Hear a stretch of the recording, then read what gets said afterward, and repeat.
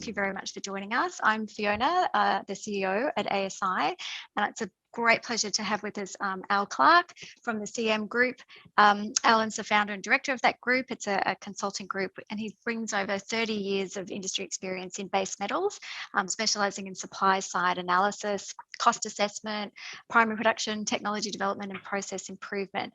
And he really is part of the global aluminium industry fabric. He's a regular and sought after speaker, and so at various international conferences and events. Of course, we've mainly had them online in the last few years, and we continue that momentum today with this online 45 minutes on session for ASI.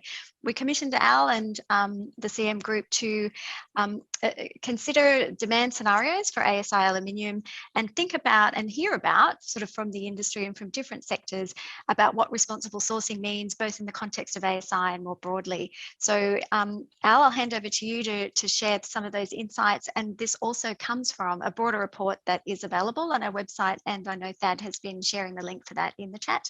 Over to you, Al. Thank you. Okay, thank you very much. Hello, everyone, wherever you are in the world. I've got quite the task now. I've got 45 minutes. That includes questions and answers. And well, I'm going to try and make it so that most of the time we can dedicate to the Q&A sessions. So I've got about 15 working slides and about 15 minutes to get through them. So it's going to be quite the challenge. The good news is I'm going to have a little bit of help.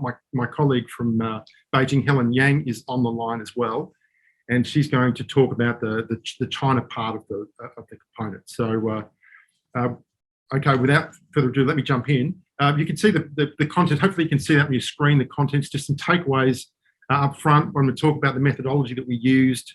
One slide on that, then jump into the key findings from ROWs, the rest of the world, then China, and then the implication for the ASI, and then we'll finish with some questions. Okay, I'm not going to say anything about CM Group because I haven't had time, and Fiona just said I've been in the industry for 30 years. That's made me feel very old, so I'll just move on swiftly, I think, at this point. Three takeaways up front, three things I really, if you don't take away anything else from this presentation, this session, take away these three things. The first one is that the independent certification is viewed overwhelmingly as beneficial to the industry. When I say beneficial to the industry, I'm talking about driving positive change. Okay, it is seen as overwhelmingly as beneficial. Second, that the certification requirements are forecast to grow and grow quite strongly, and they grow. That growth is being driven by growth in demand for responsibly sourced metal. We can talk about that, the definition of that later on. But on top of that, of course, we're looking at strong global demand growth for aluminium in addition to that. So that's why it's we take the view that this is the growth is quite strong for both of those reasons, both of those drivers. And thirdly, that the ASI is positioned uniquely to take advantage of that growth. And what do I mean by uniquely? Well, this is about a strong industry reputation. We'll get into this in more detail later. A strong industry reputation, dominant market position, and really a lack of any what we would consider to be any credible alternative. So there's my takeaways: overwhelmingly positive, strong growth, and ASI being uniquely positioned. Okay, I have one slide on the methodology that we used for this study, and frankly, I could talk about this slide for 20 minutes. So I'm really desperately going to try and keep this brief. But look, if you look, draw your attention to the chart on the right-hand side.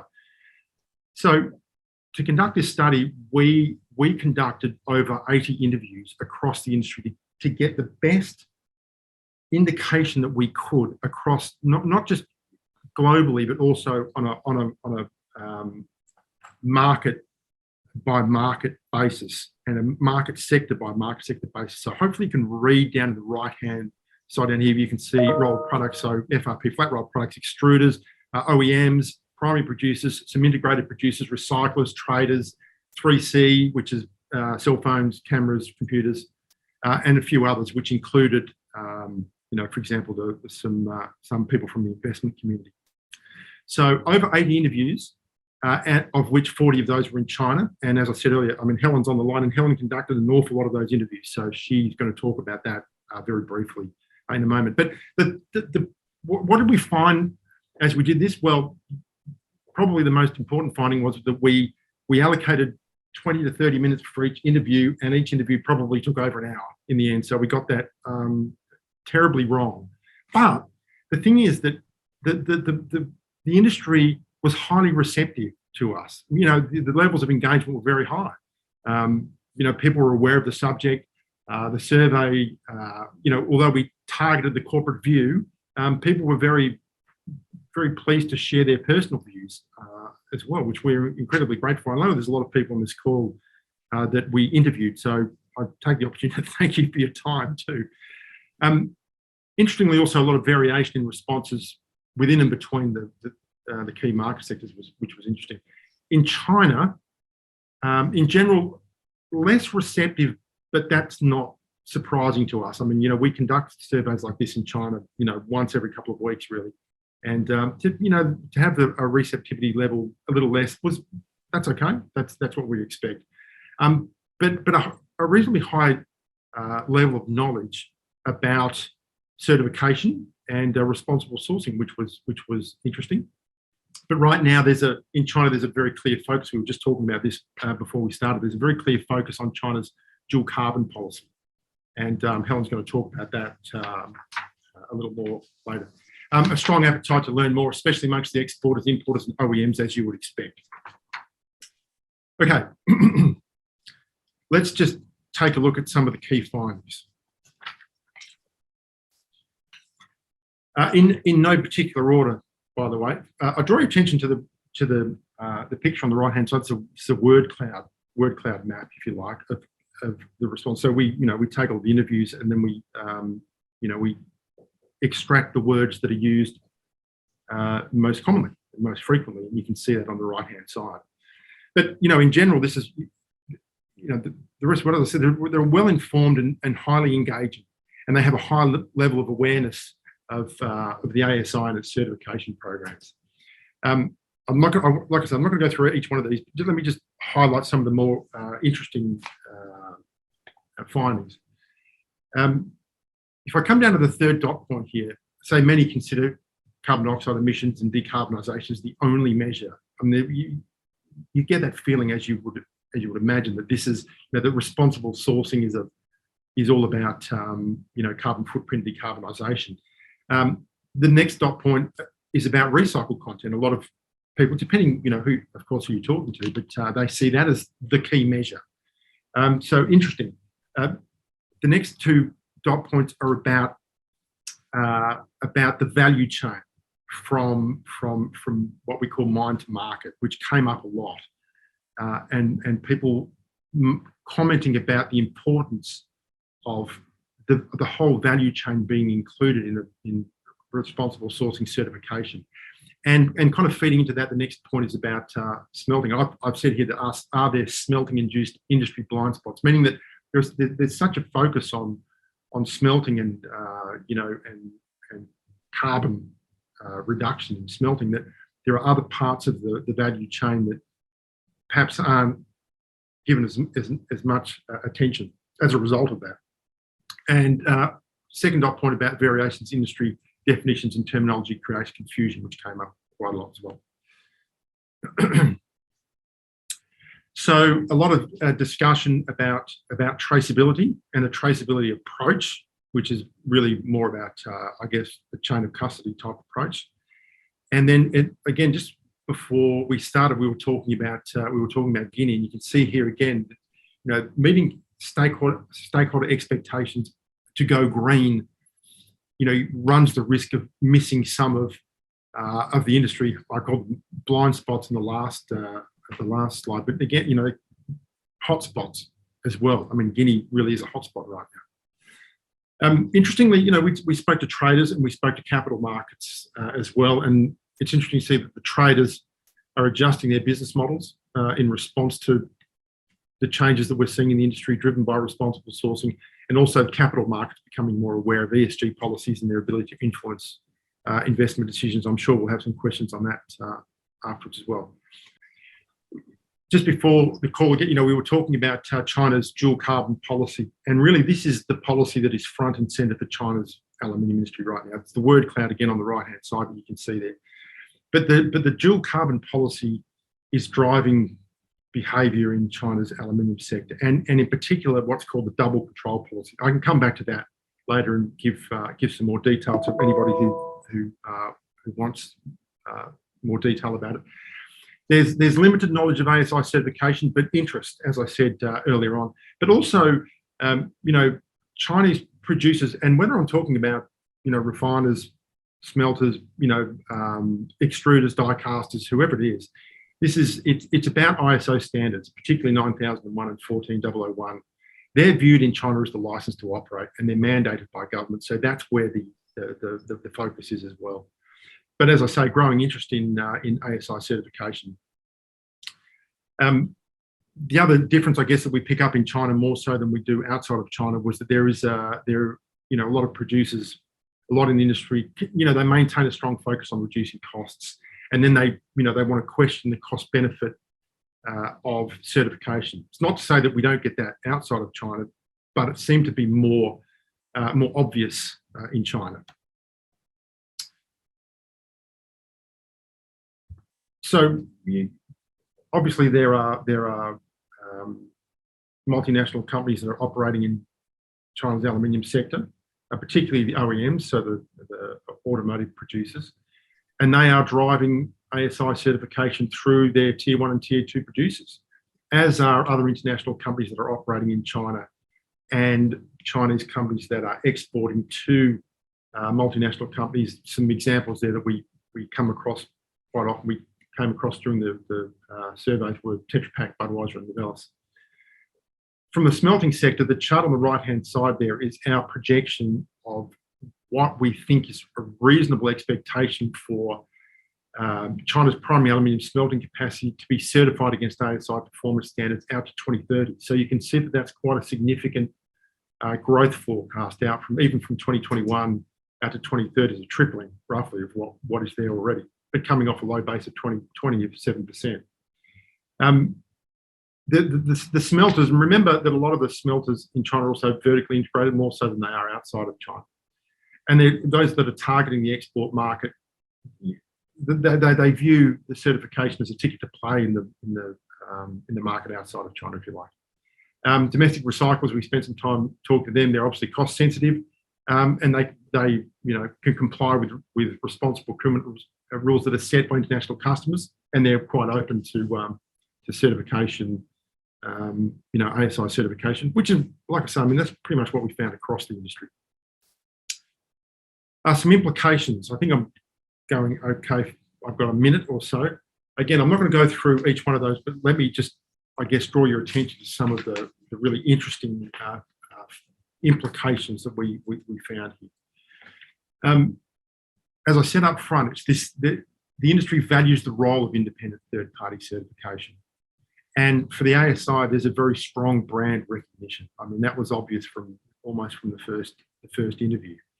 And the high level of awareness of ASI certification and the standards, and therefore the ASI is viewed as the dominant provider of third-party certification. There's some other certification systems that were mentioned that we've listed at the bottom there.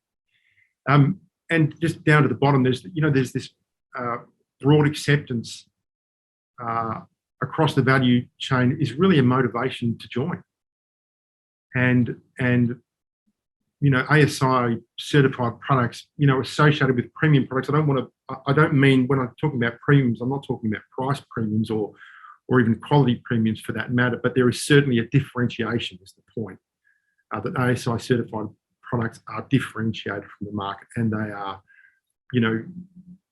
a lot of companies made mention of the fact that they were more comfortable to do business with other ASI certified producers, up and down the value chain.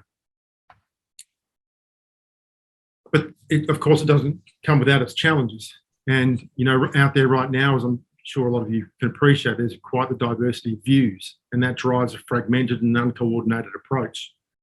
And, what we've called definition opaqueness, where, the industry is really seeking clear and unambiguous responsible sourcing terminology, standards, certification procedures, all need to be at the core. What is green aluminium? What is responsible sourcing? What are those definitions? And what is the industry vision that they are foundation to? From mine to market, I've mentioned this is driving positive change right across the full value chain, with clear scope boundaries at each of the major processing stages.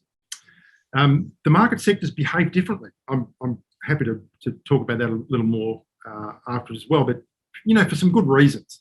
And we see that as likely to continue, and something that certainly needs to be, ASI needs to be mindful of. Who bears the cost is an obvious question that you can imagine was answered, was asked frequently. The need for effective education programs. I've mentioned capital markets. We see an increasingly influential role in capital allocation, and that being linked to responsible sourcing. And we're seeing a lot of technological change that's coming through as well, and being mindful of that and keeping open to that will remain a challenge, I'm sure. I have to mention something about COVID-19 because it has had an impact. It's meant that when you talk through the interview process, it became obvious that a lot of companies had a shorter time horizons, and that delayed their decision making, and that obviously has an impact through to certification. Uncertainty about shifting market dynamics and future profitability becomes much more important under this sort of scenario. Certification timeframes pushed out just given the level of uncertainty. But I think what we have seen is where we've seen an opening up, that markets have proven to be quite resilient, and they've bounced back a lot faster than what people have anticipated. To end with, we concluded that really, from the ASI's perspective, it's the right place, or even the right space to be in right now, and it's the right time, and that the ASI is uniquely positioned to play a major role in developing a responsible sourcing vision for the industry, and therefore capturing that strong growth and certification uptake that we detected, especially given its industry reputation, the dominant market position, and as I said right up front, the lack of any credible alternative right now. I'm a few minutes over, but wow, I've managed to get through that pretty quickly. So I'm going to stop there. Fiona, I'll hand it back to you, and I'm happy to answer as many questions as we can fit into the time. That was terrific, Al. Thank you for getting through a huge amount of information and distilling that so nicely. And this report has in fact informed the strategy development that we have done this year with our ASI board, particularly the challenges I think that we collectively face. So I have some initial questions. I know we've had one come through the chat. Please, if you've got some questions, add them up through the Q&A box at the bottom of the screen. But just to kick off, our at COP26 last month, it was last month, we saw a lot of focus on the role of the finance and investment sector. And that was also one of the findings in your report. Do you think that capital markets are going to start to play kind of an equal role alongside customer pull, which has traditionally been sort of the area in which we've seen one of the key drivers anyway for responsible production and sourcing? How is kind of the capital markets, finance and investment going to start to play a role, do you think? I think what we picked up during the project was that capital markets are playing an increasingly important role, and they are increasingly using their position to have an impact.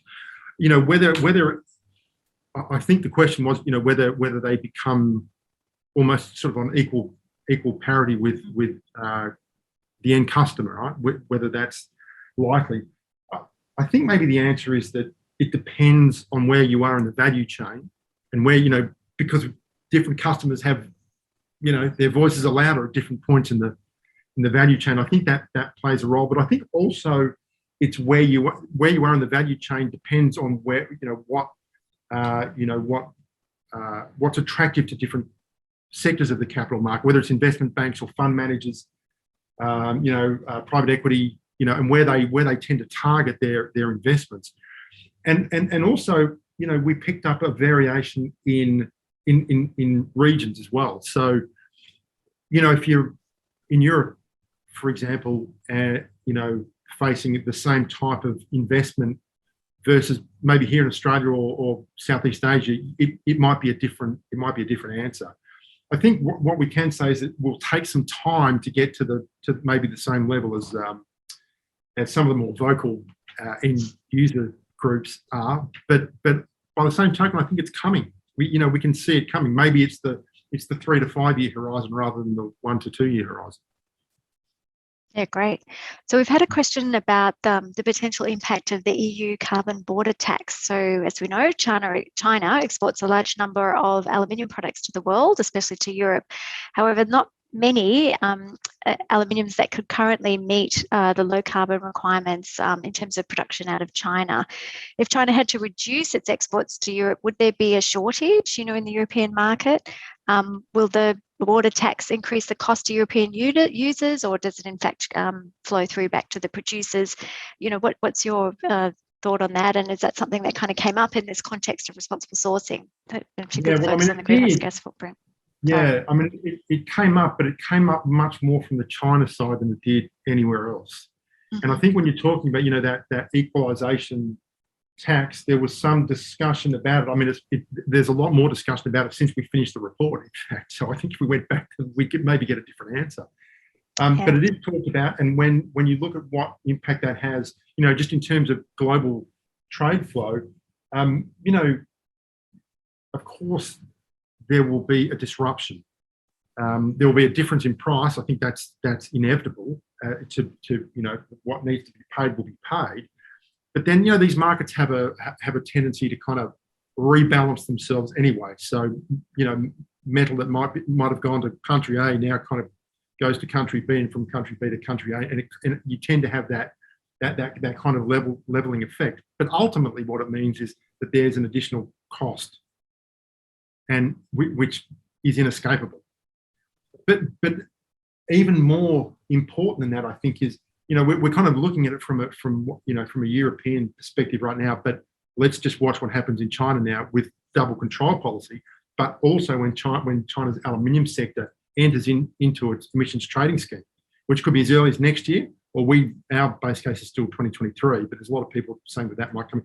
And then let's see how that is implemented and and how long that takes for the industry to adjust and what breaks it gets. But I think that's going to have just as much of an impact as what we're seeing in Europe. Mm. So, as you may have seen, last month we hit our 200th member. We're up to about 204 now, I think, and so we're certainly seeing that growth in membership and participation in ASI. Do you see, or in terms of this kind of report and analysis that you've done, do you think that will be equally spread, that growth into the future between mining right through to the end user, or do you sort of see a lack of balance, perhaps by sector or by supply chain activity? What's the sense? That's a tough question. I mean, I kind of think of it in terms of it's like a triangle in terms of the number of participants as you go down as you add more and more value, of course.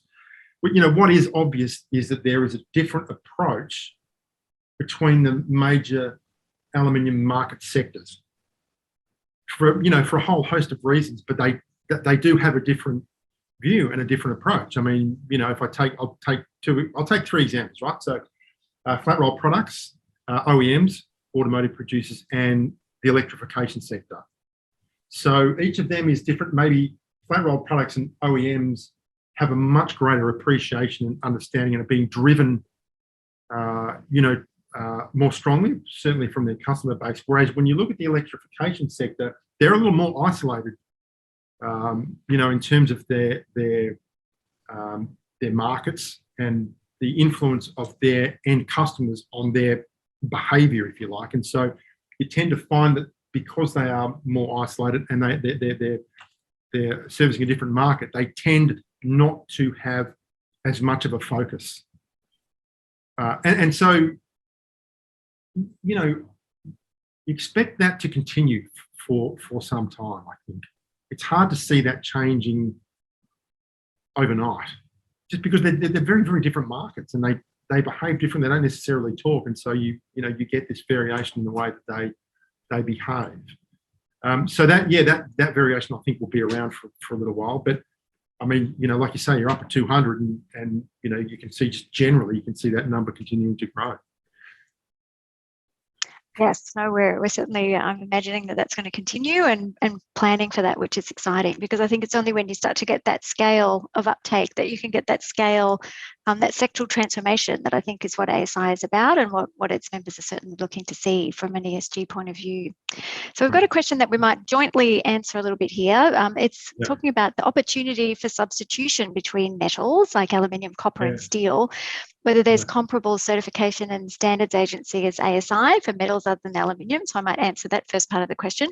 The answer is that yes, there are. There are some programs in development for copper mark for steel and responsible steel, copper mark for copper, obviously, and responsible steel for steel that are at sort of an earlier stage of development, but looking at that kind of similar suite of issues, perhaps taking a particular supply chain focus at this stage, not whole of supply chain like ASI, but maybe starting with the mineral processing element and looking at kind of ways that the mining piece can be brought in as well. But from this report that you've done, Al, do you think ASI certification could be an added reason in a more ESG conscious world for aluminium potentially substituting for other metals? Did that kind of come up in terms of that material competition, I guess? It's a very difficult. It didn't come up. Certainly wasn't front of mind, and I guess that's what happens when because we're so kind of focused on the industry, we targeted the industry, so it's hard to kind of get that view from maybe what some of these other industries are thinking. But I mean, it's our experience that when it comes to substitution, it's just so much about cost. It's just the cost trade-off is sort of front and centre. Could that change? I guess we could see that changing, but that's quite the hurdle I think to have to clear to get to that point.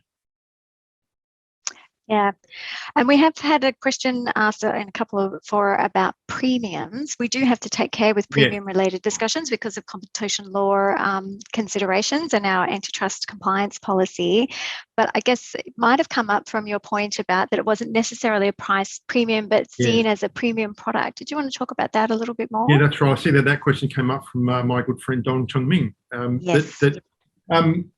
It's the whole issue of premium is an interesting one, and look, I'll leave that. I'm not going to tackle the price points. I think there's information out in the wild now that you can pick up whether there is a premium and how sustainable that might be. But bring it back to the study. It is very much about the ASI certification having a premium attached to it in terms of what the certification means and the surety that it brings with it.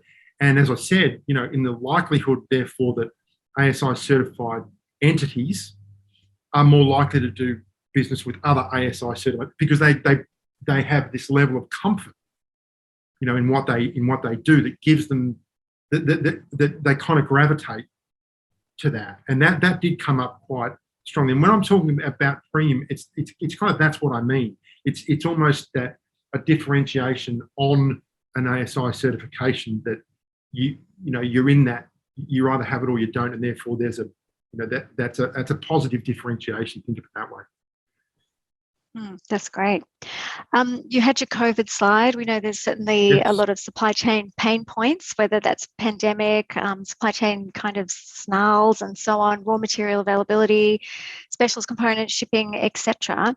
How do you think responsible sourcing trends, as sort of came out in the interviews, might intersect with or perhaps collide with these challenges in the next year or two? Yeah, I think we've thought about that a lot. Internally as well, and I do kind of take the view that this is more a collision than it is an intersection.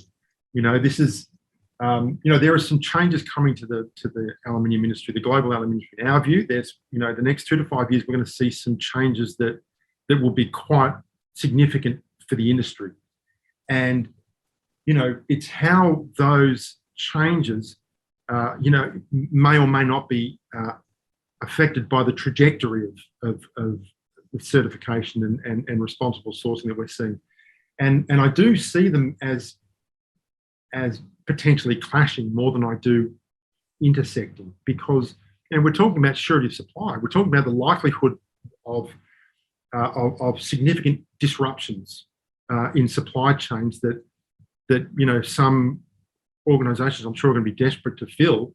And how do they do that? And what are the implications of responsible sourcing on doing that?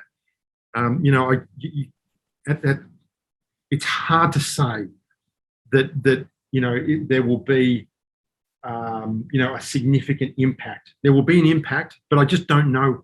I'm not even sure the industry knows yet how that's going to play out. Like, I think, again, it's very much where you are on the value chain and what your options might be and how long a disruption might last, and therefore, what mitigating steps are available to you, and can they satisfy your responsible sourcing requirements or not.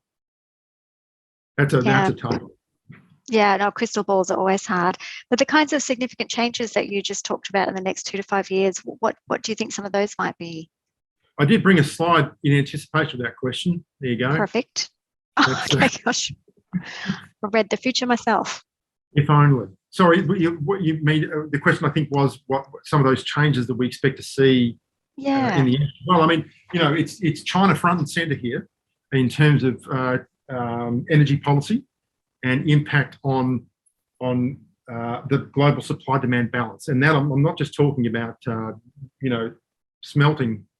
I'm talking about flat rolled products. I'm talking about die castings. I'm talking about alumina. It is all to be impacted as China rolls out the dual carbon policy, the double control measures that we've seen already, the emissions trading system. So that's number one, okay? And that, like I said, that's right across the value chain. But there are some other interesting things that I think are going to happen higher up the value chain. We're all watching Indonesia to see what will happen with respect to its minerals export ban and the amendments that have been made, and whether the ban comes back in again and what impact that has. And of course, there's also Guinea and what happens from here, and whether that has the potential to significantly disrupt, bauxite exports. So yeah, there's plenty there to choose from to keep us all interested for the next couple of years for sure. And for those who aren't familiar with it, tell us a little bit more about the dual carbon, dual control kind of policy in China. Sure. The dual carbon policy and the double control policy, so they're different. I've got a slide that you might, if you can see that. So this is about. So the dual carbon policy of China, of course, is about the two targets: the peak carbon by 2030 and then carbon neutrality by 2060. So when we talk about the dual carbon policy in China, that's what we're talking about. Now that kind of filters down to some policies that have been implemented already, and one of them is the double control policy, which we're showing there on the left-hand side. Now, double control meaning headline energy consumption, but also I guess efficiency, if you like, of energy usage. And so provinces are now being held to account for their energy consumption, and if they do not meet their targets, then they must take remedial action. And we saw that to begin with, earlier this year. It started in Mongolia when we saw, smelters being forced to shut temporarily. We saw new smelting projects halted, and we saw a very different approach to electricity tariffs. All of that kind of flowed through from the double control policy. And so starting in Mongolia and then starting to work its way through some of the other provinces, Ningxia, Xinjiang, Guangxi, and most recently in Yunnan. Well, Guangxi and Yunnan together in the south, that we're starting to see the impact of that double control policy. But really interestingly, we were talking about magnesium just before the call as well. I mean, 85% of the world's primary magnesium is made in China, and the vast bulk of that, sort of 70% of that's made in one province, which is Shaanxi, AA Shaanxi province. And it had to take remedial action, and it's as a result, we saw sort of 60% of its magnesium production shut down almost overnight. And you can imagine what impact that had on the industry and the global industry, because the world is reliant on China's magnesium production. Even more importantly for the aluminium industry, to the production of aluminium alloys, there's no substitute for magnesium. You have to use it. And so therefore, this became quite the issue for the magnesium, for the aluminium, the world aluminium industry as well, and we're still seeing that kind of flow through. So that's an example, if you like, of the double control policy. And then on the right hand side, you can see, as I said during the presentation, the emissions trading scheme in China is now being rolled out across the country, and it will include the aluminium sector. Now, I mean, refining, smelting, down semi-fabrication, all of it will come into the scheme, over probably the next 2 years. Wow. And so if you think about the global aluminium value chain and perhaps differences to metals like magnesium, similarities, we also talked about copper and steel before. What do you think are some of the advantages and disadvantages? It might be vertical integration, it might be distribution of sources, it might be constraints upon those. How did those play out in terms of driving responsible sourcing practices and that whole mine to market piece that you talked about? I can really only, I guess I can talk about the industries that we know well. Okay, so that's mag and nickel, tungsten, some of the other minor metals that we're very, very close with. And I mean, they're all different. They're all structured different. They got different markets, different size. All of these things that can have an impact, on their ability to move quickly or not. But I think one of the advantages for aluminium is that there's only one raw material, and that might be it might seem obvious, right? But when you compare it even with mag, right, you've got different raw materials. Nickel, you've got different raw materials.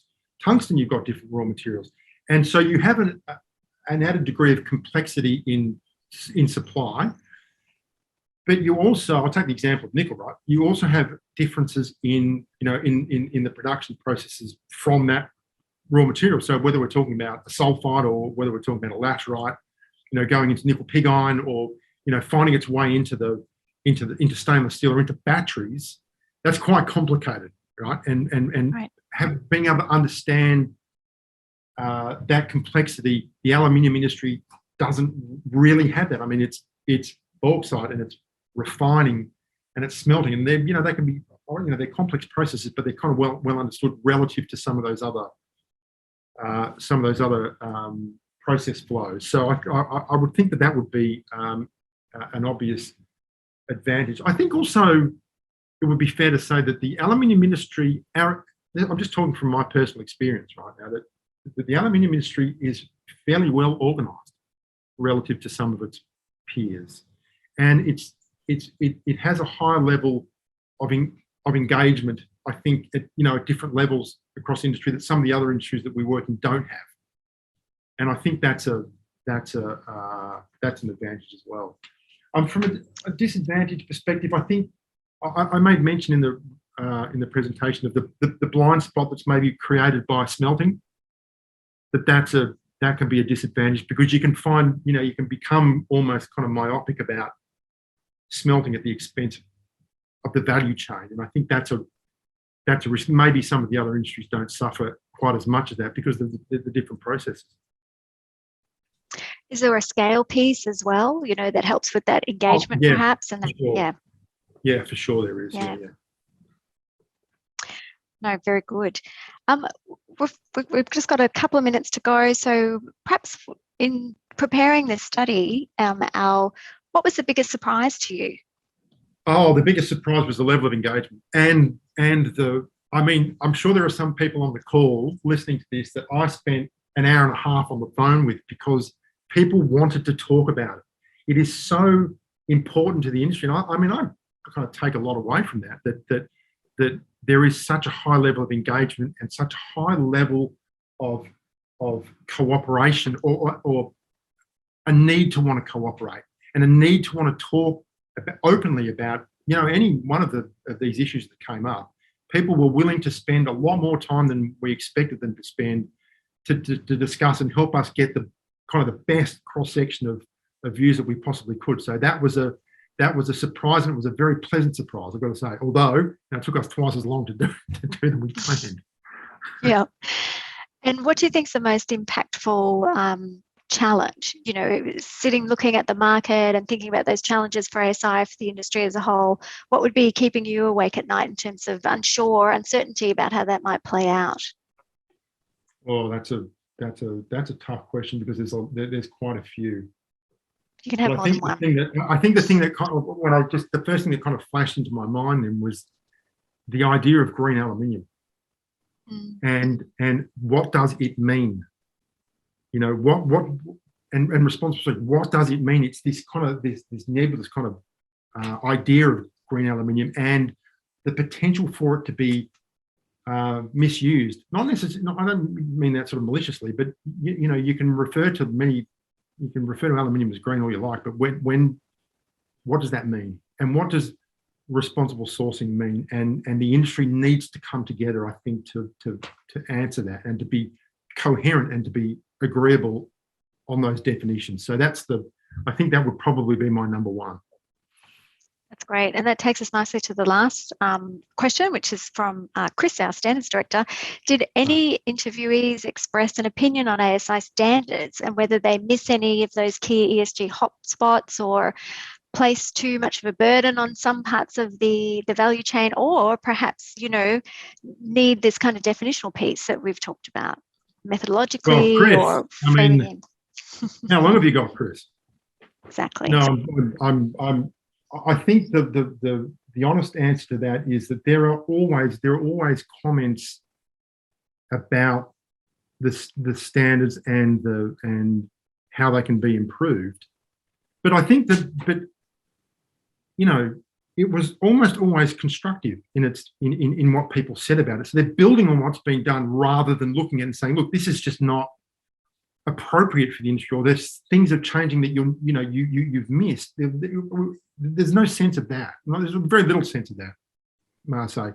It's more about how to take it forward, and how, you know, different parts of the value chain want to take it forward. So, do you know what I mean? It's not it's all from a positive perspective about how it can be improved, rather than, you know, this is not the right direction, for example. And we want people thinking that way because, of course, we're in a major standards revision. We have the last consultation period coming up in January. So we certainly want people on this call and more broadly to be thinking about how do we improve? How do we get the outcomes that we're after? How to make sure that we tailor this to kind of get the change that we're looking for. Well, I want to wrap it there with questions. Thanks everybody who put some questions in and joined us for this 45-minute session, plus the 20 odd minutes that Al and I spent chatting in advance. This will be our last 45-minute session for the year, so I want to wish everybody all the best for the holiday season ahead. We'll be back in January or February with our next session. We did have to postpone one on our public dashboard a couple of times due to some internal issues, but we're looking forward to bringing that to you soon. Huge thanks to you, Al. It's different when we're not all in an auditorium, but imagine the whole audience is clapping along with me. Very much appreciate the report that you've done. The board certainly valued it, and I know our team has, and I'm sure the audience today. So thanks again, and thanks everybody. We will see you again in the new year. Take care. Okay. Thanks. Bye.